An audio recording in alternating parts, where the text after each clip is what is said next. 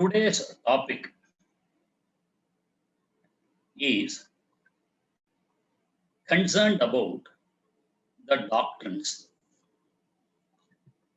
Doctrines are many. Doctrines constitutional law la irukku, Succession Act la irukku,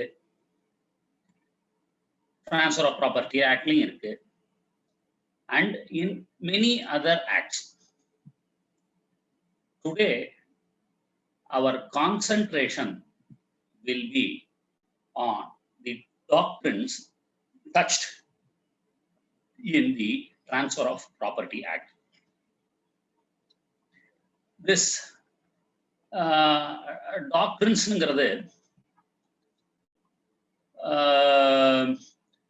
it is totally around 10 to 15 in the Transfer of Property Act.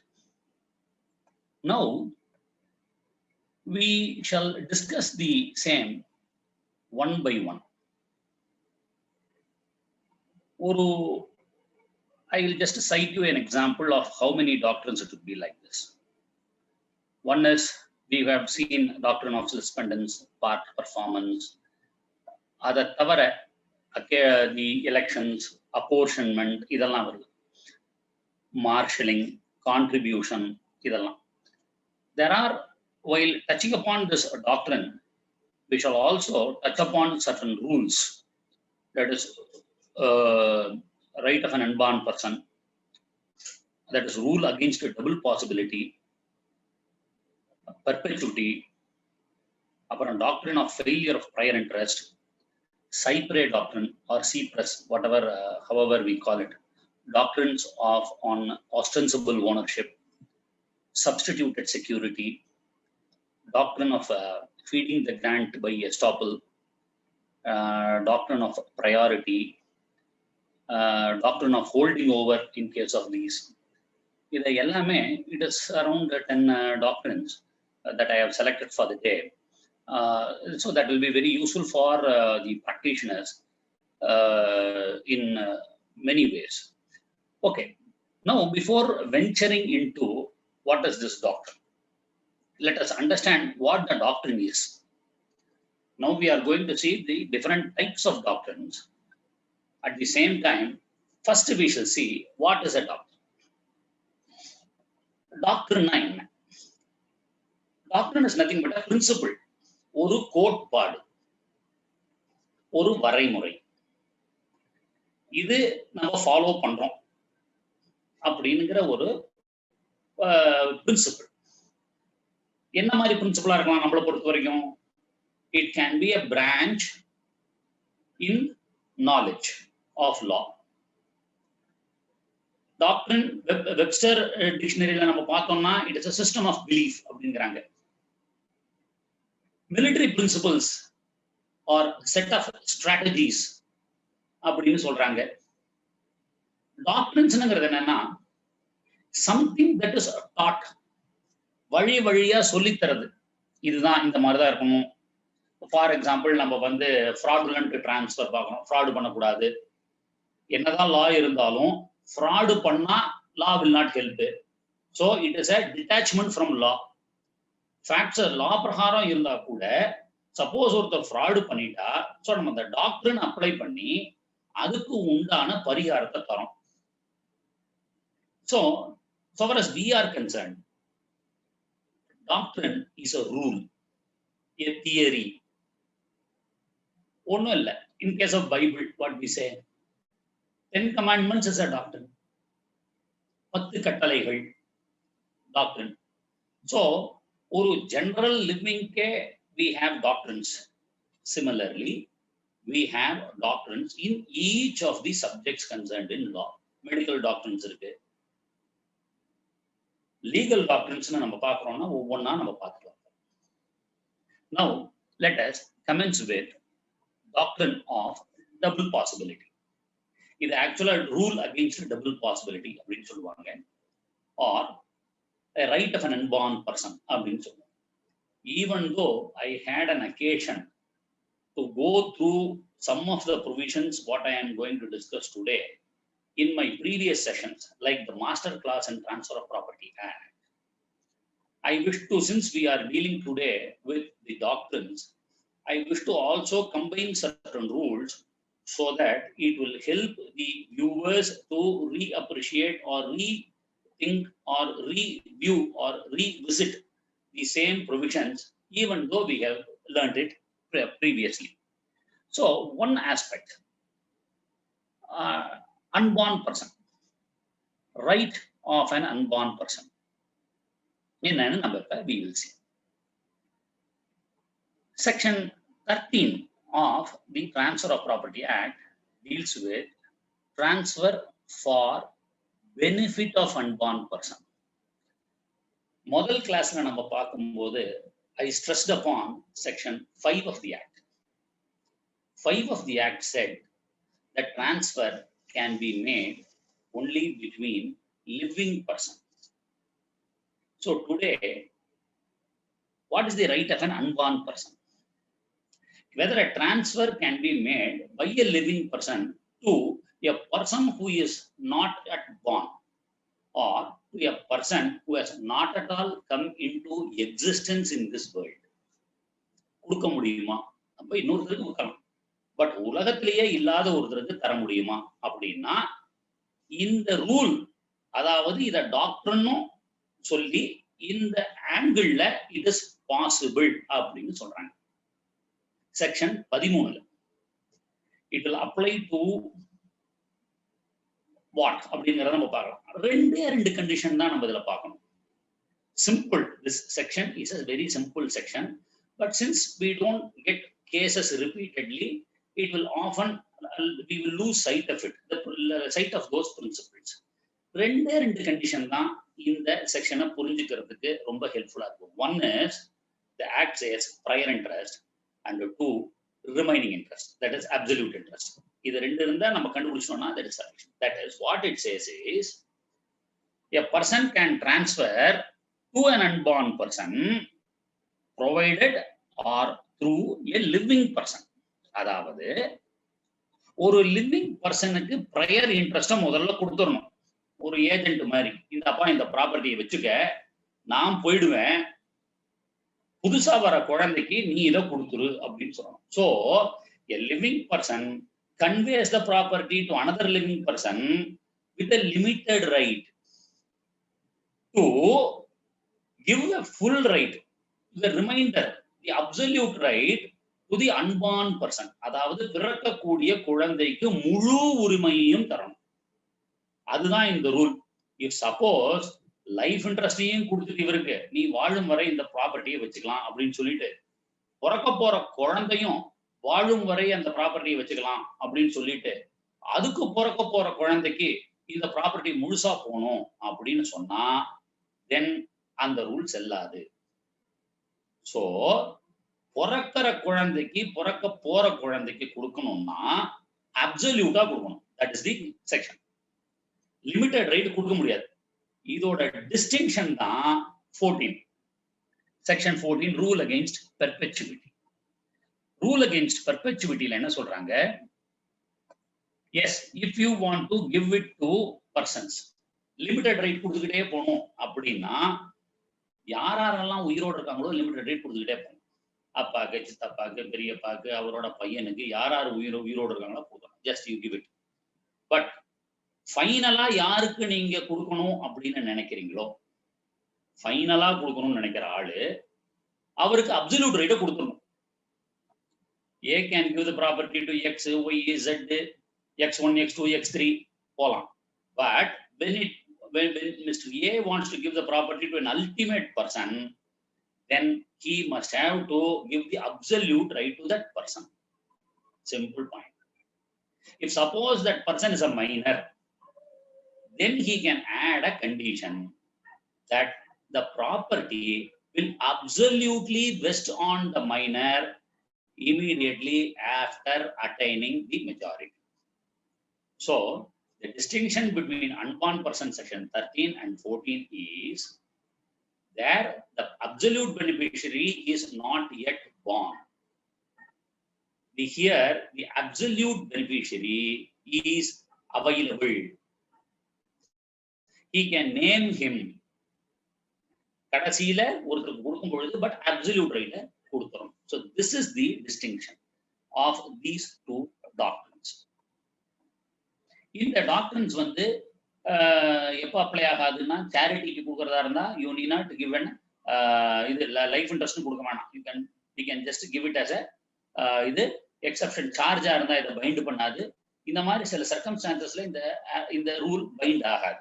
This is the situation. Now another doctrine, இது எல்லாத்துக்கும் link ஆற ஒரு டாக்டரின் என்னன்னா section 16. Section 16 says a doctrine on failure of prior interest. Failure of prior interest. Section 16 நம்ம படிச்சா it says transfer to take effect on failure of prior interest. அதாவது exceptions. That is, if section 13 கொடுக்கிற ப்ராப்பர்ட்டியும், that is to unborn child கொடுக்கிற ப்ராப்பர்ட்டியும், 14 to a living person கொடுக்கிற ப்ராப்பர்ட்டியும் எப்ப fail ஆகும் அப்படின்னா if the chain link cut ஆயிடுச்சுன்னா, that is 4 பேருக்கு அப்புறம் 5வது ஆளுக்கு நீங்க தரீங்க. அப்படி 4 பேருக்கு இருக்கும்போது 3வது ஆளு திடீர்னு போயிட்டாரு, then what happens? ஃபெயில் ஆயிடுது. An interest which had to travel, the chain is cut and the interest fail ஆயிடுது. Then what happens? It comes back. It goes back to the original owner. That is rule, that is the doctrine of on failure of prior interest, section 16. I have some case laws, but these case laws I have already given it in the other session. So if I give case laws, it may take some time. So I will cut short the case laws. I will reserve these case laws for our master class so that it will be helpful in a longer session. That will be better. Now, let us travel back to our the another section, doctrine of accumulation. Doctrine of accumulation அப்படின்னா accumulate, gather, accumulate, சேர்த்து வைக்கிறது. For it is to reserve something. இல்லையா? Doctrine of accumulation, doctrine of accumulation. Now, what happens in this doctrine? இப்ப பாருங்க, interestingly, a person sells the property from one to another. What happens? A person sells the property from one to another, the purchaser gets the right. Section 8 பிரகாரம் என்ன ஆகுது? அவருக்கு அந்த சொத்தில் எந்த விதமான உரிமைகள் இருக்கிறதோ அத்தனை உரிமைகளும் அவருக்கு மாற்றப்படுகிறது. கம்ப்ளீட்டா போயிடுது. ஆனா இவர் என்ன பண்றாரு? The person seller, he wants to retain something. அப்பா நான் அந்த ப்ராப்பர்ட்டியை வாடகை விட்டுருக்கேன், ஒரு 20,000 ரூபாய் மாசம் வருது, I want to please give that rent to me. Please give that rent to me till my lifetime. அப்படின்னு ஒரு கண்டிஷன் போடுறாரு. Whether this condition is valid or not. சொத்தை வித்தாச்சு section 54ல there is a transfer of interest, transfer of ownership. Can there be any condition like this? Yes, there can be a condition like this. Even after a sale, a party can retain certain benefits from the property for certain reasons. அதுதான் இந்த doctrine of accumulation. அதாவது direction for accumulation. Section 17 of the transfer of property, direction for accumulation. இது சில சமயம் we call it a doctrine. Doctrine of இது ரெண்டு circumstancesல அவர் பண்ணலாம். எப்படி பண்ணலாம் அப்படின்னா, one, for his lifetime. He can retain the income for his lifetime. The section 10 இருந்து from section 10 to 35. From section 10 to 35, they deal with some conditions. And the conditions குள்ளேயே இந்த சில doctrines உள்ள வந்து சில கண்டிஷனல் டிரான்ஸ்ஃபர்ஸ் அவர் பண்ணலாம். So இதுல இவர் என்ன பண்றாரு? டாக்டரின் for அக்யூமுலேஷன்ல there can be two things. One, he can retain the income till his lifetime. Two, he can accumulate the income for the benefit of a minor till the period of 18 years. He can direct the income to be accumulated for a period of 18 years from the date of transfer. இது ரெண்டையும் அவர் பண்ணலாம் இந்த time line. So இவர் உயிரோடு இருந்தாருன்னா he can take it till his lifetime. இதுல exceptions இருக்கு. எப்படின்னா if it is for a payment of debt, ஒரு கடனை டிஸ்சார்ஜ் பண்ணணும் ஆனா அதுக்கு முன்னாடி வித்துறாரு, then he can say no there is a debt, அந்த debt discharge ஆகிற வரைக்கும் எனக்கு இந்த இன்கம் வேணும், it should be paid. அது it can be for a many number of time, அதுக்கு பீரியட் கிடையாது. 2, providing some portion for children, அதுக்கு இந்த கண்டிஷன் அப்ளை ஆகாது, டைம் லிமிட் ஃபிக்ஸ் பண்ண முடியாது. 3, preservation for the maintenance of the property, ப்ராப்பர்ட்டிஸ்ல maintain பண்ணணும்னா இந்த இன்கம் வச்சு தான் பண்ணணும் அப்படின்னா then the purchaser takes this property along with the burden attached to the section. So this is direction for accumulation. Slowly we will go into, இப்ப மொத்தம் நம்ம வந்து ஒரு 3 doctrines நம்ம பார்த்திருக்கோம். Now we will go into another doctrine of, மொத்தம் 4 doctrine பார்த்திருக்கோம். We will see another doctrine called doctrine of Cypre, that is Cyprus or Cypre, Cypre rule, Cypre, whatever name, நிறைய பேர் காஸ்ட் னு சொல்வாங்க, காஸ்ட் னு சொல்வாங்க. All these pronunciations we will leave it to their choices. Now we shall concentrate more on the doctrines involved in the act. As I told just now, we have 15 conditions prescribed in the Transfer of Property Act, from condition number 10 to condition number 35. This condition is condition number 26, that is Cypre doctrine. Even though the condition, the heading of that particular condition does not say so, we can relate it to the doctrine of Cypre. அதாவது section 25 of the Transfer of Property Act says about conditional transfers. அதாவது அந்த section என்ன சொல்லுதுன்னா, நான் எந்த மாதிரி வேணாலும் condition போட்டுக்கங்க, ஆனா these conditions should not be void. வாய்டா இருக்கக்கூடாது இந்த கண்டிஷன், அதுதான். அதாவது ஆனாலும் இந்த கண்டிஷன் ஃபுல்ஃபில் பண்ற மாதிரி இருக்கணும். தட் இஸ் ஆல்சோ தேர். ஒன்னா வாய்டா இருக்கக்கூடாது, immoral purposes, brothel house run பண்ணனும் ஒரு கண்டிஷன் போட்டு பண்ணக்கூடாது. So then the condition itself is void. But condition fulfill பண்ற மாதிரி இருக்கணும். லைக் நீ இந்த பொண்ணை கல்யாணம் பண்ணிட்டேன்னா உனக்கு இந்த சொத்து, something like that. That can be done. நீ காலேஜ் படிச்சு முடிச்சிட்டேன்னா you will be entitled for this property. That can be done. So and it should not be forbidden by law. இந்த மாதிரி சிலதெல்லாம் section 25 டீல் பண்றாங்க. But we would have, from our college days, would have learned about 2 other conditions, that is condition precedent, condition subsequent. Condition president அப்படிங்கிறது என்ன, அந்த கண்டிஷனை நம்ம பண்ணிட்டோம்னா we get the property. Condition subsequent அப்படின்னா என்ன, ப்ராப்பர்ட்டி நம்ம முன்னாடியே வந்துருது, அதுக்கப்புறம் we are honoring the condition. மனசாட்சிக்கு பொதுவா அந்த கண்டிஷனை நான் பண்ணிட்டு வந்தாகணும், நான் பண்ணிடுறேன் அப்படின்னு. So law gives some distinction in these two. அதாவது condition precedent can be slightly relaxed. இப்போ 3 கண்டிஷன் போட்டிருக்காரு, அதுல எல்லாத்தையும் பண்றாங்க, பட் ஒரு சில ஸ்லைட் பண்ண முடியல, அப்பையும் condition is deemed to have been performed. That is as nearly as possible. Doctrine of cypres. சைப்ரேவோட மெயின் இது என்ன, as nearly as possible. Trust act, ட்ரஸ்ட்ல வந்து ஒரு 100 பேருக்கு சாப்பாடு போடுங்க அப்படின்னு சொல்றாங்க, இவரால 90 பேருக்கு சாப்பாடு போட்டாரு, அன்னதானம் பண்றாரு. So he is doing it as nearly as possible, பண்ணிட்டாரு. இந்த 10 பண்ணலன்னா ஒன்றும் தப்பு இல்லை. ஒரு மாசத்துக்குள்ள இத்தனை பேருக்கு சாப்பாடு போட்டீங்கன்னா உங்களுக்கு இந்த சொத்துன்னு சொல்றோம். அவர் 90 பேருக்கு போட்டாரு, 10 பேர் வர காணோம், ஸோ பண்ண முடியல. In that case, doctrine of Cypre will apply, as nearly as possible rule will apply, section 26 will apply, and the property can be conveyed to the person. But அடுத்த செக்ஷன் 27 தோ நம்ம டாக்டரின்ல போல, பட் இருந்தாலும் as a matter of relativity நான் சொல்றேன் for the viewers. Condition subsequent. Condition subsequent must be fulfilled. ஆக்ட்ல என்ன சொல்றாங்க, section 29ல fulfillment of the condition subsequent must be substantial, must be strictly honored. It should be done. There is no other choice. If he does not do it, then the property will go back to the person who had given it.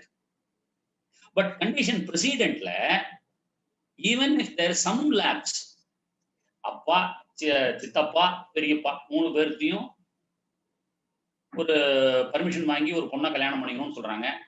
அப்பா கொடுத்தாரு, பெரியப்பா கொடுத்தாரு, இது சித்தப்பா மாட்டானுங்கிறாரு, but அவர் கல்யாணத்தை பண்ணிடுறாரு. So what happens? He complies with the condition fixed by the father, but he could not comply the condition fully. In that case, the doctrine of Cypre will come. As nearly as possible rule will apply. He can enjoy the property fully. This is doctrine under section 26 of the Transfer of Property Act. Now, another doctrine called doctrine of acceleration. அதை நம்ம போன கிளாஸ்ல பார்த்தோம், section 27ங்கிற ஒரு கண்டிஷன்ல பார்த்தோம். டாக்டரின் of acceleration. That is, அதாவது எப்படி நமக்கு ஸ்பீடு எடுக்குது அது மாதிரி இந்த கண்டிஷன். தட் இஸ், ஒன்னு பண்ணணும், அது ஆகலைன்னா அடுத்த ஆளுக்கு கொடுத்துற பத்திட்டு போச்சு. Simple, do it. எப்படி அப்படின்னா, if owner says or the transferor says, I am giving this property to Mr. A, my first son, provided he completes degree in law within 3 years or within 5 years. அவர் பண்ணிட்டார்னா இந்த property இவருக்கு. If suppose if he does not do it, then the property will go to his brother அப்படின்றது. So இந்த condition நம்ம பண்ணாத திருப்பி வரதில்லை. இந்த condition பண்ணலைன்னா அந்த person benefit goes to the other person. Accelerate ஆகி அந்த பக்கம் போயிடும். அதுக்கு வந்து அல்டீரியர் டிஸ்போசிஷன் அப்படின்னு சொல்லுவாங்க. If one fails, the other person, the other beneficiary will get it. அதுக்கு அந்த ரெண்டாவது பெனிஃபிஷியரி ஒண்ணுமே பண்ண வேணாம், அவர் சும்மா இருந்தா போகணும். இவர் விட்டுட்டாருன்னா அவருக்கு போயிடும். It is like grabbing a chance. அந்த சான்ஸை விட்டா then it will. So this is one another doctrine. The other doctrine is doctrine of election. Doctrine of election, section 35 of the Transfer of Property Act.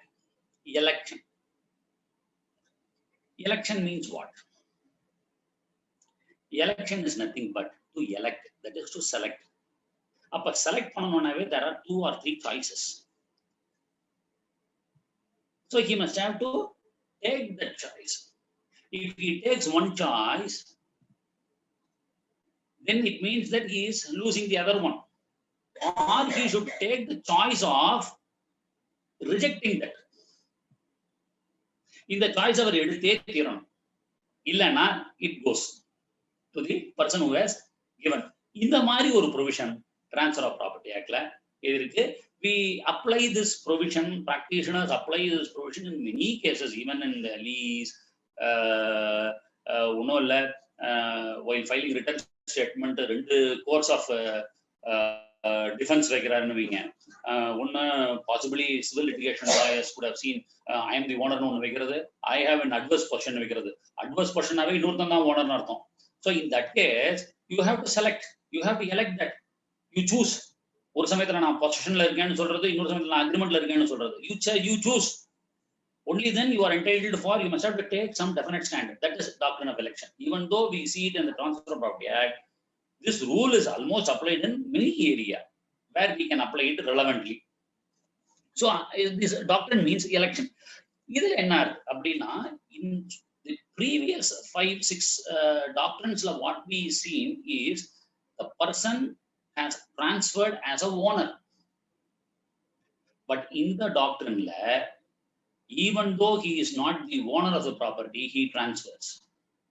அதாவது he transfers somebody's property. He transfers somebody's property. But to compensate it, he gives his property. But all these things should be done in the same transaction. அதே டைம்ல நடக்கும். How? அப்படின்னா, the Act says, section 35, what it says, See, general rule is what? Same legal principle. That is, nemo dat quod non habet. That is, no one can convey a better title than he himself has or than what he has. அவருக்கு இருக்கிறது தான் அவர் கொடுக்க முடியும். ஆனா இன்னொருத்தர் சொத்தை எடுத்து கொடுக்க முடியுமா? கொடுக்கவே முடியாது. It is contrary to law. But in the doctrine derives an exception to the general rule. It derives an exception to this maxim. It derives an exception to the section 7. So yes, a person can transfer the property belonging to another. Eppadi? Oh, I'll just cite an example for this. Now, in this principle, ivar enna solrarna, he professes with his knowledge or without his knowledge, he wants to transfer the property in the same document. But he confers a benefit on the owner. For example, I have 2 sons. Appa, I want to give a property to my first son and want to give another property to my second son, but I have only one property, a big property. In that case, what I do is, that is what the transferor does in this case is, he transfers one property to the first son and transfers the property belonging to the first son to the second son. ஒரு சன்னோட ப்ராப்பர்ட்டியை எடுத்து இன்னொரு சன்னுக்கு இவர் கொடுத்துறார். Whereas he was not the owner. He is not the owner. ஆனா he compensates him. In that case, அந்த son, first son என்ன பண்ணலாம்? அப்பா, you are giving a big property, I am happy about it, I can have it. That is possible. The first son can again say, elect, saying the first way, I will have that property. Okay, I will give my property to my brother. This is one choice. Second choice is, no, I don't want this property, the big property. You give it to your second son. That is also possible. So he must have to elect. But this election can be express or implied. If he expressly accepts that election, then the election is complete. If he is not, or if he is doing something against that election, then it means that he has not accepted that election. So அவர் ஏத்துக்கலன்னு அர்த்தம். But இவரோட ப்ராப்பர்ட்டியில வீடு கட்ட ஆரம்பிச்சிட்டாருன்னு வைங்க, he is not accepting father's property, then what happens? It means that he has not elected to this choice. So this is the thing in election, doctrine of election. Again, the person must be competent to elect. That is necessary. And இவரோட time பீரியட்ல elect பண்ணணும். Suppose in case of a will இருந்ததுன்னா, he can elect even after the death, because the will comes into effect only after the death of the person. And in certain times, if a person is suffers in a disability, then the election suspends, and the time suspend ஆகுது. அதுக்கப்புறம் he comes back. If he recovers, then he can make the choice again. So this is one rule that we may see. இது வந்து the first principle வந்தது வந்து Cooper versus Cooper அப்படிங்கிற ஒரு English லால வருது. அதாவது என்ன பண்றாரு, கூப்பர் வர்சஸ் கூப்பர்ல இந்த லால என்ன பண்றாரு, ஹஸ்பண்ட் வந்து ஒரு ப்ராப்பர்ட்டியை இது பண்றாரு, he gave the property to trust to give to his children. ஒய்ஃபுக்கு லைஃப் இன்ட்ரெஸ்ட் கொடுத்து குழந்தைகளுக்கு கொடுக்கணுங்கிறார். பட் ஒய்ஃப் என்ன பண்றாங்க, wife gives her property to another son, or big property கொடுக்குறாங்க. Wife gives her self-acquired property to 2 sons. Husband property to another person எடுத்து கொடுக்குறாங்க. Husband property இவங்க transfer பண்ண முடியாது. So she gives husband's property to somebody. Then election comes into play. இந்த son இவங்க கொடுத்துருக்காங்க இல்லையா, this son can compel the other person to elect. சரி, அம்மா எனக்கு கொடுத்துருக்காங்க, உனக்கு இது வேணுமா அது வேணும், யூ சூஸ் அப்படின்னு சொல்லலாம். So this is doctrine of election. The first principle came from Cooper versus Cooper. Now let us go into another doctrine, apportionment, doctrine of apportionment.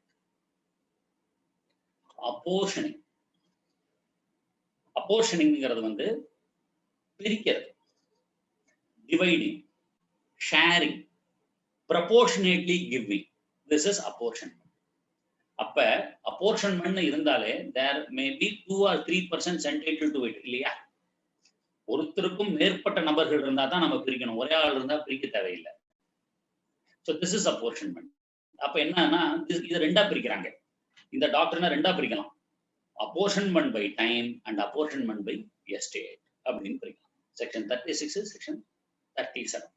apportionment by time அப்படின்னா வாடகைய, ஒரு ப்ராப்பர்ட்டியோட வாடகையை நீ ஒரு மாசம் வாங்கிக்கோ, நான் ஒரு மாசம் வாங்கிக்கிறேன், அடுத்த இல்ல 2 மாசம் நீ வாங்கிக்க, 2 மாசம் நான் வாங்கிக்கிறேன். By time we get it.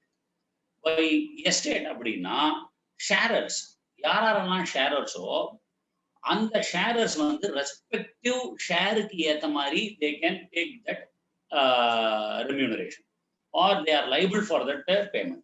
So this is apportionment, doctrine of apportionment. அத இதையே கொடுக்கணும்ங்கிற கான்செப்ட்ல பார்த்தோம்னா கான்ட்ரிபியூஷன் பார்ப்போம், இவ்வளவுதான் இருக்கு. But what the law says, what this particular act says, all rents, annuities, dividends, இந்த மாதிரி periodical payments இருந்ததுன்னா you can divide as per time or as per estate. அதாவது as per the investment made. 10 லட்ச ரூபா ஒருத்தர் கொடுக்காரு, 20 லட்ச ரூபா ஒருத்தர், 30 லட்ச ரூபா ஒருத்தர் கொடுக்காரு, அந்தந்த ப்ரொபோர்ஷன்ல தானே பணத்தை நம்ம வாங்கிக்க முடியும். இன்ட்ரெஸ்ட் வந்ததுன்னா we cannot say 3 மாசத்துக்கு எல்லாம் சேர்ந்து வட்டியை வந்து 6,000 வருதுன்னா எல்லாம் ஆளுக்கு 2,000 எடுத்துக்க முடியுமா? we cannot. So the first person will take 1,000, the second person will take 2,000, the third person will take 3,000. That is by estate. சில காமன் ப்ராப்பர்ட்டி இருக்கு, 3 பிரதர்ஸ் இருக்காங்க, ஒரே ப்ராப்பர்ட்டி இன்கம் வருதுன்னா they can arrange it in any manner. First 3 மாசம் நீங்க வாங்கி, 4 மாசம் நீ வாங்கிக்க, அடுத்த 4 மாசம் நான் வாங்கிக்கிறேன், அதுக்கு அடுத்த 4 மாசம் நான் வாங்கிக்கிறேன். ஸோ நான் 3 12, 12 months, 1 year is over. That way they can divide. So section 36 and 37 are two different doctrines. That is, one doctrine says about doctrine of apportionment. The other doctrine is doctrine of substituted security. That is an obligation. யாராருக்குலாம் என்னென்ன obligation இருக்கோ they have to comply with that obligation. If it is a joint obligation, they have to jointly comply with that obligation. Now we will go into the another doctrine, doctrine of, that is ostensible owner. Ostensible owner, that is holding out. இவர் ஓனரே கிடையாது, ஆனா இவர் owner அப்படின்னு வெளியில சொல்றாரு. He is not actually the owner. In that case, what happens? See, இதுவும் the person who is not the real owner sells the property. Example, ஒரு brother இன்னொரு பிரதர் பேர்ல, ஒரு ஃபாதர் வந்து ஒரு சன் பேர்ல வாங்குறாரு. Father is the actual owner, real owner, but son is an ostensible owner. Wife பேர்ல வாங்குறாங்க. Wife is an ostensible owner, called a owner, not an original owner, not a true owner, openly and freely declared. அவன் பாட்டுக்கு அவன் தான் ஓனர்னு சொல்லிக்கிறான். So in that case, what happens? அதுதான் doctrine of ostensible ownership. That is, வெளி உலகத்துக்கு தான் தான் ஓனர்னு சொல்லி கொடுக்குறாரு. He exhibits himself as a owner. He shows the quality of a owner, but he has the property without intention of owning it. It's almost like a binary transaction. So in the case, now the father sells it. Father is the real owner, he can sell it. அதைத்தான் நம்ம இந்த partition சூட்ஸ்லாம் நம்ம அதை பார்க்குறோம். We are seeing that no, even though the property is purchased in the name of one minor son, actually it does not belong to him. It belongs to the family அப்படின்னு சொல்லி நம்ம we are filing suits. So இதுல வந்து this is ஒரு example, volt example என்னன்னா Ramkumar vs McQueen. Ramkumar vs McQueen. இதுல husband purchases the property in the name of his mistress. So mistress is the owner as per the document. Mistress sells the property. Now what happens? Husband or actual heir, now they are claiming against the purchaser. பர்ச்சேசர்ட்ட வந்து இல்ல இது எங்களுக்கு தான் சொந்தம், எங்க அப்பாவோட சொத்து, அந்த அம்மா மேல வாங்கிட்டாரு அப்படின்னு சொல்றாங்க. Now what happens? Purchaser purchases the property without knowing it. He believes that the property actually belongs to that particular lady. Purchaser claims that he is a bona fide purchaser. எனக்கு ஒண்ணுமே தெரியாதப்பா, இந்த அம்மா கிட்ட இருந்து நான் வாங்கிட்டேன். Here a protection is given to the purchaser. In the case என்ன, the court said purchaser cannot be questioned, even though mistress is the ostensible owner and the actual person is the real owner. So Ramkumar versus McMean. Now இதோட exceptions தான் இந்த நம்ம Hindu family thing that we will discuss it in detail. No the other இது வந்து இந்த ostensible owner வந்து ostensible authority ஏஜென்சியில கூட வரலாம். ஆஸ்டென்சிபிள் மார்ட்கேஜ் எப்படி அப்படின்னா இன் வில்லேஜஸ் என்ன ஆகும்னா, நம்ம வாங்க மாட்டோம் கடன், சரி நம்ம கடன் வாங்குவோம், ஆனா இன்னொருத்தர் ப்ராப்பர்ட்டியை போய் மார்ட்கேஜ் பண்ணிவிடுறது. அவருக்கு ஒரு 1,50,000 கொடுத்துட்டு we mortgage somebody's property. So that is the other thing, a dangerous thing, that is called ostensible mortgage. Now the next rule is we have another 20 minutes. I'll rush up. The next rule is the doctrine of feeding the grant by estoppel. Feeding the grant by estoppel. Adavadhu this is purely a doctrine which is based on equity. This is a doctrine which is based on equity. In the doctrine enna estop, that is estoppel. Stop. நீ சொல்லாத, உன் ப்ராப்பர்ட்டின்னு நீ வித்துட்ட, திருப்பியும் இதே property நம்ம இப்போ கடைசியில பார்த்தா இந்த ஆளே வித்ததே செல்லாது.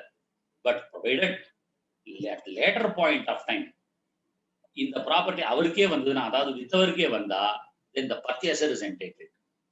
அதாவது முற்பகல் செய்யும் பிற்பகல் விளையும், நீ பாட்டு கொடுத்துட்டா பின்னாடி அந்த ப்ராப்பர்ட்டி வந்ததுன்னா அவர் வாங்கிக்கலாம். தட் இஸ் தி ஏற்கனவே பர்ச்சேஸ் பண்ணவர் can emphasise claim on that property. But இதுல என்ன, இந்த டாக்டரின்ல என்ன சொல்றாங்க அப்படின்னா, there should be a fraudulent or an erroneous representation that he is authorized to sell. இவர் என்ன பண்றாரு, என்னோட ப்ராப்பர்ட்டி தான் அப்படின்னு வித்துறாரு. ஒரே ஒரு எக்ஸாம்பிள், ஒரு ஃபாதர் பர்ச்சேஸ் பண்றாரு ஒரு ப்ராப்பர்ட்டியை, அவருக்கு 3 குழந்தைங்க, அதுல ஒரு பையன் மட்டும் என்ன பண்றாரு, போய் வித்துறாரு ப்ராப்பர்ட்டி. அப்பாவோட சொத்து தான் எல்லாம், பட் பையர் வந்து என்ன பண்றாரு, வாங்கிடுறாரு. பட் இப்ப இந்த செல்லருக்கு வந்து there is no right as on date. ஏன்னா அப்பா வந்து இதானதுக்கு அப்புறம் தான் இந்த ப்ராப்பர்ட்டியில வந்து அவருக்கு right, that is at least by succession. At least by succession அவருக்கு இனிமே தான் ரைட்டு. ஆனால் இவர் எடுத்து வித்துட்டாரு. Suppose assuming father rights a will entirely giving the property to him and dies, அப்ப என்ன ஆகுது, the property comes back to that person who has played fraud. In that case, the purchaser இருக்காரு இல்லையா, வாங்கினவர், he can lay a claim on him. எப்ப நீ வித்துட்டு போயிட்டா, now you have become the owner, then I am entitled for the title. எனக்கு I am entitled to have a rightful title அப்படின்னு question பண்ணணும். So that is doctrine of feeding the grant by estoppel. அதாவது transfer without title பண்ணிட்டு, fraudulent பண்ணிட்டு, consideration வாங்கிட்டு, if suppose the person gets the title, then he is answerable.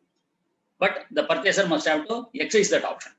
அதுதான் இந்த செக்ஷன்ல ஒரு சிறப்பு. அதாவது ஏமாத்தினாலும் திருப்பி மாட்டிக்குவாங்க. That is the principle of this section. இன்னொரு section, doctrine of priority. Doctrine of priority கிட்டத்தட்ட நம்ம ஒரு 8 பார்த்தோம், 2-3 தான் இருக்கு. That we will go through. Doctrine of priority இது section 48 of the Transfer of Property Act. This can be linked with section 47-48 of the Registration Act, section 78 of the TP Act for mortgages. Mortgage priority la mortgage, who takes the first right, அப்படி பண்ணலாம். இந்த 48 என்ன சொல்லுதுன்னா, who comes first must have the advantage of law. Who comes first must have the advantage of law.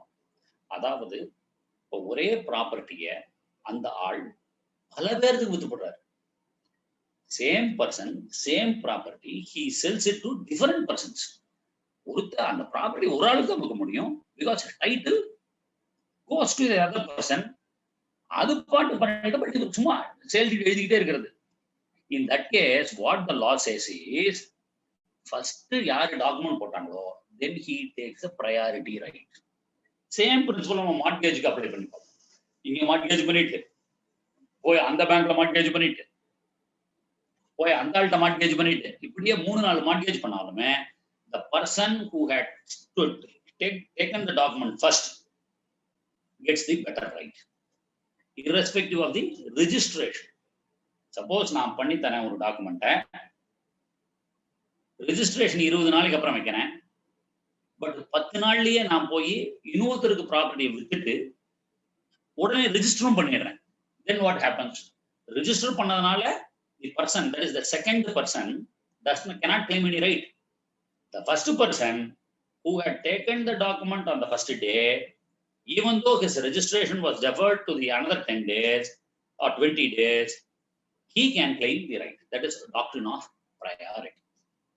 We can equate it to section 47 and 48 of the Registration Act. Now,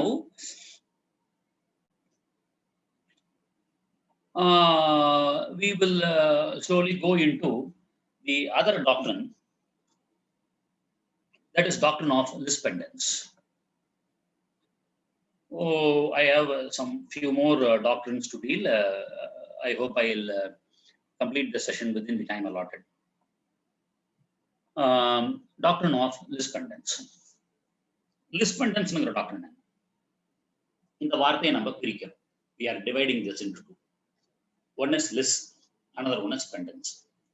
Lis is litigation. Pendens na pending.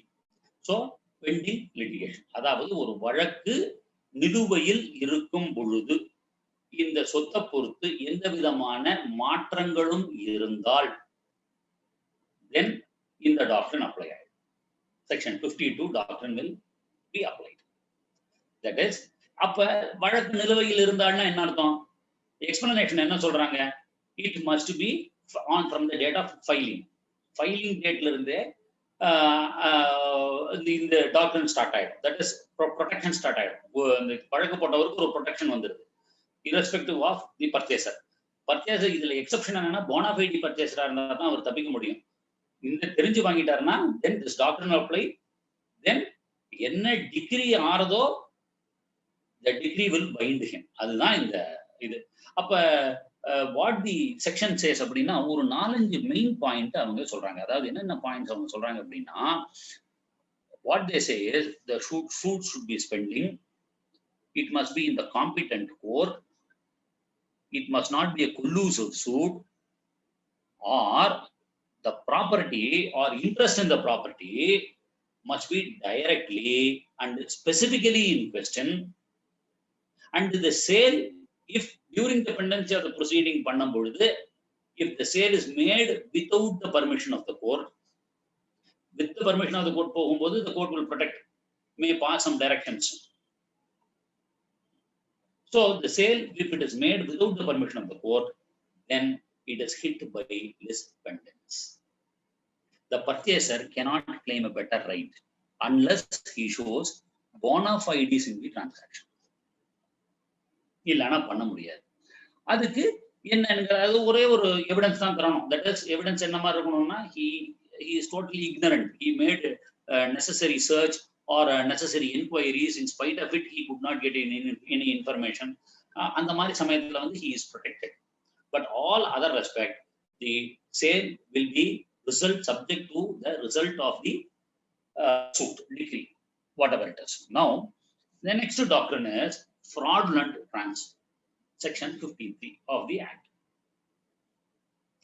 Fraudulent transfer, வேணும்னே விற்கிறது, பொய்யா விற்கிறது, ஒருத்தர் avoid பண்ணிட்டு விற்கிறது, ஒருத்தருக்கு தெரியாம விற்கிறது.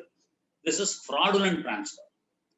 ஓனர் இருக்காரு, he wants to avoid a creditor, ஏமாத்தணும், அவரோட ரைட்டை டிஃபீட் பண்ணணும், அவரை டிலே பண்ணணும், அவரை வில்லங்கத்துல கொண்டு போய் விடணும். இந்த மாதிரி ஒரு சிச்சுவேஷன்ல he fraudulently he deceives the person, if at all he would have been entitled. அதை டிசீவ் பண்ணி இன்னொருத்தருக்கு வித்துறாரு. This is doctrine of fraudulent transfer. In that case, the transfer is voidable. At whose option? At the option of the creditor. So defeated. அந்த ஏமாற்றப்பட்ட கடன் கொடுத்தாரு இல்லைங்களா, அவர் he can question this transfer. ஏயா நீ பணத்தையும் தரல, சொத்தையும் நைஸா வித்துட்ட. So the intention is to defeat the creditor. In that case, he can அவர் பேசாத விட்டுட்டாருன்னா போச்சு. So the act says this transfer is voidable, not void. This transfer says voidable at the option of the creditor who is so defeated or delayed.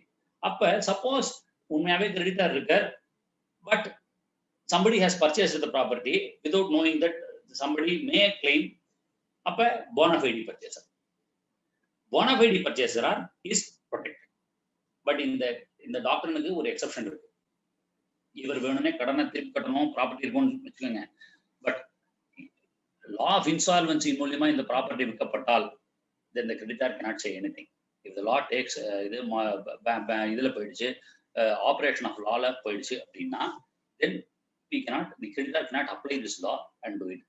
What happens to those transfers to avoid the creditors?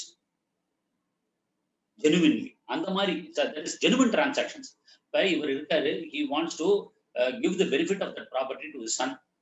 கடனை வாங்கிடுறாரு, சன்னுக்கு convey பண்றாரு. then இவர் ஒரு gift deed எழுதி வச்சிட்டாரு, ஆனா கடனை கட்டலைன்னா then there cannot be a presumption that this transfer is made only to defeat the creditor. இந்த ஆக்ட்ல அது ஒரு ப்ரிசம்ப்ஷன், அதாவது ரெண்டு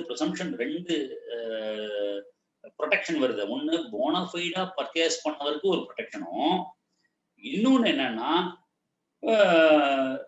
கிஃப்ட் டீடு கொடுத்துருவாங்க பையனுக்கு கடனை வாங்கி வச்சுட்டு. In that case the presumption is இந்த டிரான்ஸ்ஃபர் வந்து it is made only to avoidன்றத ப்ரிசியூம் பண்ண முடியாது. if it is provedனா then you can challenge.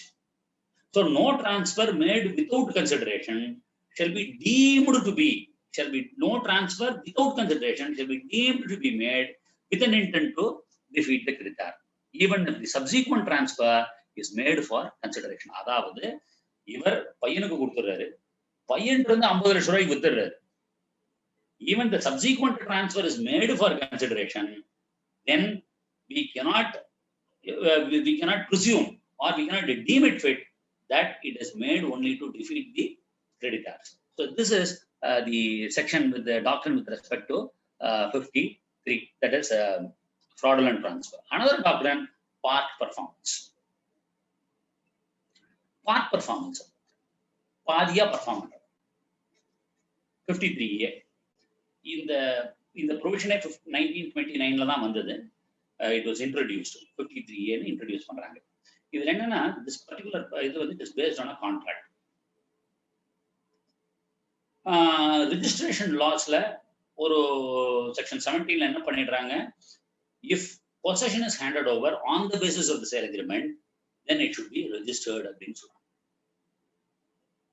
இப்ப ஒருத்தர் ஒரு possession வாங்கிட்டாருன்னா then he can enforce the right for performance of the contract. அதாவது readiness and willingness காமிச்சிட்டாருன்னா then he can ask for enforcement of the contract. That is possible provided ஒரு பகுதியை அவர் perform பண்ணிடுறாரு. Like he takes possession subsequent to the agreement, pays some money, but இவர்கிட்ட possession கொடுத்துட்டு பாதி பணத்தையும் வாங்கிட்டு the owner, if he sells it to somebody, what happens? Then only if he is a bona fide person he is saved.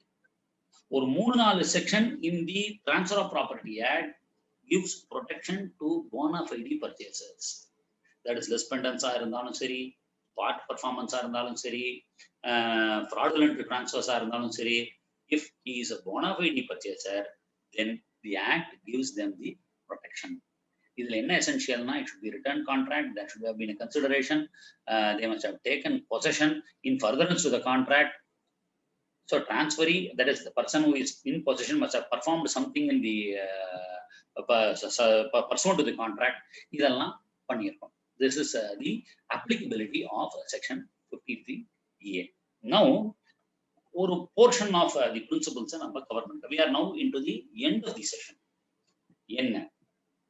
We will see or relate these same doctrines to mortgages. Mortgagesல ரெண்டு மெயினான ரெண்டு மூணு மெயினான doctrines வருது. என்னன்னா marshalling, contribution, சப்ரகேஷன். இதுதான் இந்த மூணு தான் நம்ம பார்த்தோம்னா we can come to the end of the session. And only one thing is holding over. It may take only 10 minutes from now. One is doctrine of marshalling. Doctrine of marshalling, section 81. ரொம்ப நல்ல section. This section protects subsequent mortgages. அதாவது ஒரு ஆள் properties மேல நிறைய மார்ட்கேஜஸ் இருக்கு.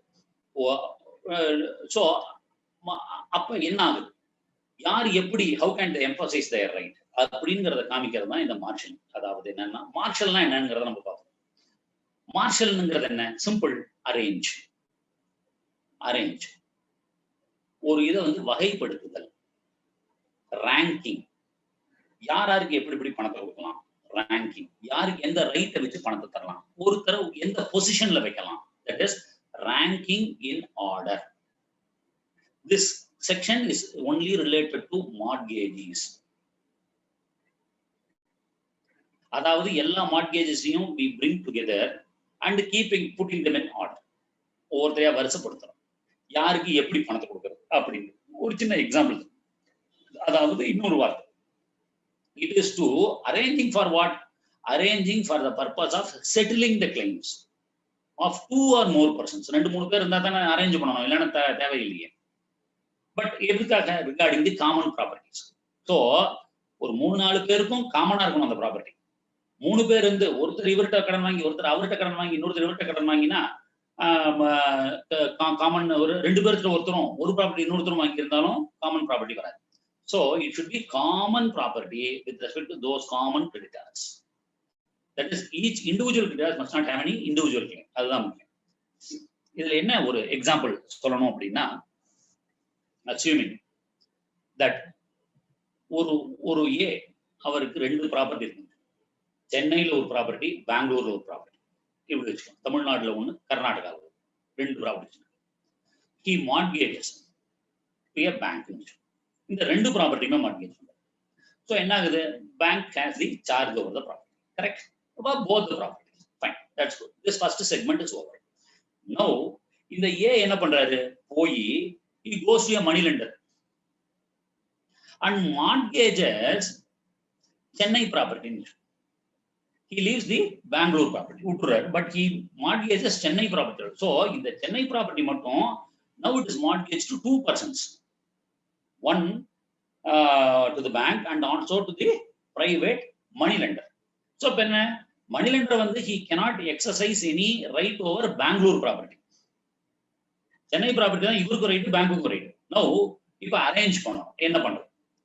Now இப்ப the money lender can request the bank. பாருங்க, இந்த ஆள் திவாலாய் போயிட்டாரு, நீங்க ஒண்ணு பண்ணுங்க, this Bangalore property is a very valuable property. நீங்க அதை முதல்ல எடுத்து விட்டுருங்க, because you have right over both the properties. You choose it.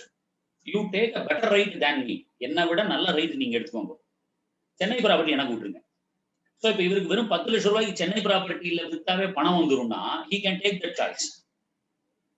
But he cannot overpower the banks, that is prior mortgagees right. அதை பண்ண முடியாது. So it is nothing but an arrangement between the money lenders. 2 மணி லெண்டருக்குள்ள என்ன பண்றாங்கன்னா, ஒரு பெங்களூர் ப்ராப்பர்ட்டியை வந்து இவருக்கு மணி லெண்டருக்கு சார்ஜ்ல இல்லைனாலும் கூட பேங்கை கேட்டு எனக்கு பெங்களூர் ப்ராப்பர்ட்டி எனக்கு கொடுத்துருங்க, நீங்க இந்த ப்ராப்பர்ட்டி வித்துக்கோங்க அப்படிங்கறத சொல்லலாம். தட் இஸ் மார்ஷலிங்ல a person can make an arrangement even if there is no mortgage or an interest for the money paid to the borrower. அதை தரலன்னா கூட இவர் அந்த ப்ராப்பர்ட்டியை அரேஞ்ச் பண்ணி வாங்கிக்கலாம். அப்பா நீ நல்ல ப்ராப்பர்ட்டி வச்சுக்க, இதை நான் வச்சுக்கிறேன் அப்படின்னு சொல்லுவோம். So it is the principle is borrower mortgages 2 or more properties, mortgages to one person, then subsequently mortgages to another person. That then the lender, that is the subsequent lender, is entitled to satisfy his debts with the property not mortgaged to him. So ரெண்டாவது ஆள் என்ன பண்ணலாம்? He can sell the property not mortgaged to him. So பேங்க்குக்கு கொடுக்காத property இவர் எடுத்து வைக்கலாம். That is the arrangement. So this possibility, this is possible under marshalling. In the marshalling principle, it is possible. Now, இதுல ஒரே ஒரு exception தான் சொல்றாங்க, that is it cannot prejudice the prior mortgage. அதாவது பேங்கை prejudice பண்ண முடியாது. And two, it should not affect the right of a third party. மூணாவது பார்ட்டிக்கு ஏதாவது ஒரு ரைட் சம்பவிச்சிருந்தனா அதை அஃபெக்ட் பண்ண முடியாது. Now, doctrine of contribution. Marshalling எப்படி மார்ட்கேஜிஸ்க்கு வருதோ, கான்ட்ரிபியூஷன் அப்படி மார்ட்கேஜிஸ்க்கு வருது. அதாவது என்னன்னா, இப்போ 3 பேர் சேர்ந்து கடன் வாங்கிடுறாங்க பேங்க்குக்கு, சொத்து ஏலம் போகுது. அந்த கேஸ்ல என்ன பண்றாரு, இந்த 3 பேர்ல ஒருத்தர் மட்டும் முன்னுக்கு வர்றாரு, நான் எல்லா பணத்தையும் கட்டிடுறேன் அப்படின்னு சொல்றாரு. 3 லட்சம் ரூபாய், ஒண்ணு. இந்த 3 லட்சம் ரூபாயும் இவரே பணம் கட்டிடுறாரு. தென் he can ask for contribution from the other. இப்ப நானும் சேர்ந்து தான் கட்டியிருக்கேன், நீங்க பணம் கொடுங்க, I have paid this much money, you equally bear it, and then நீங்க 2 பேரும் எனக்கு கொடுங்க அப்படின்னு சொல்லி கம்பல் பண்றதுதான் இந்த கான்ட்ரிபியூஷன்ங்கிற டாக்டர். ஸோ அதே சப்ரகேஷன்ங்கிறது என்னன்னா சப்ஸ்டிடியூஷன் பேர். ரோமன் லா பிரகாரம் சப்ஸ்டிடியூஷன், அதாவது ஒருத்தரோட ரைட்டை இன்னொருத்தருக்கு இது பண்றாங்க. அதாவது ஒரு மார்ட்கேஜி பேங்க் வந்து இப்போ நம்ம சர்பாசியில வந்து இது பண்றது இல்லையா, இப்போ இன்சூரன்ஸ் கம்பெனிஸ்ல வந்து சப்ரிகேஷன்ல கான்ட்ராக்ட்ஸை பேஸ் பண்ணி சூட்டு போடுவாங்க. அதாவது என்னன்னா, இன்சூரன்ஸ் கம்பெனி வந்து பணத்தை கொடுத்துரும் இவங்களுக்கு, the person who was insured, then the insurance company can claim from the carrier subrogation. That is under law of subrogations. That is also possible. அதாவது இவர் போய் சூ பண்றதை விட இந்த ஆள் பணம் கொடுத்தவர் வந்து he can ask for he can claim for money. Then we are coming into the last of the doctrine is doctrine of holding over. In the doctrine is a very, very simple doctrine. I am into the final the end of the session. Now, holding over, lease இருக்கு, lease period over ஆயிடுது. That is 2 வருஷத்துக்கு lease போட்டுருக்கோம், அந்த lease period over ஆயிடுது. In that case, if suppose the tenant continues and lease agreement வந்து extend பண்ணாம we receive the rent அப்படின்னா, நம்மளோ இல்ல இவருக்கு கீழ்பட்ட legal heir, so if they receive the rent அப்படின்னா, then if they continue to accept tenant's possession after the period of tenancy, then it means the tenant is holding over the lease. He is continuing the lease even in the absence of another agreement. So this is called holding over or doctrine of holding over of lease. So these doctrines we have discussed in brief, or at least depending upon the understanding or the satisfaction, either we have seen it elaborately or in brief. It goes to the viewers for a reason that of course if we can deal each of the doctrines at length, that is also possible. Okay, somebody has asked about holding over. Holding over ங்கிறது என்னன்னா, அதாவது tenant still holds the property. அதாவது tenant வந்து ஒரு வருஷத்துல அவர் 11 மாசத்துல அவர் வந்து அவரோட பீரியட் முடிஞ்சு போயிடுது. பட் அவர் போல, லேண்ட்லார்டும் போகணும்னு சொல்லல. அவர் அதே மாசம் ஒரு 10,000 ரூபாய் வாடகைன்னா அந்த மாசம் 10,000 ரூபாய் அவர் தந்துகிட்டே இருக்காரு, even after the lease period. Then he is accepting the lease. The owner is continuing with that lease. அப்படின்னு தான் அர்த்தம். So that is prescribed in section 116 of the TP Act.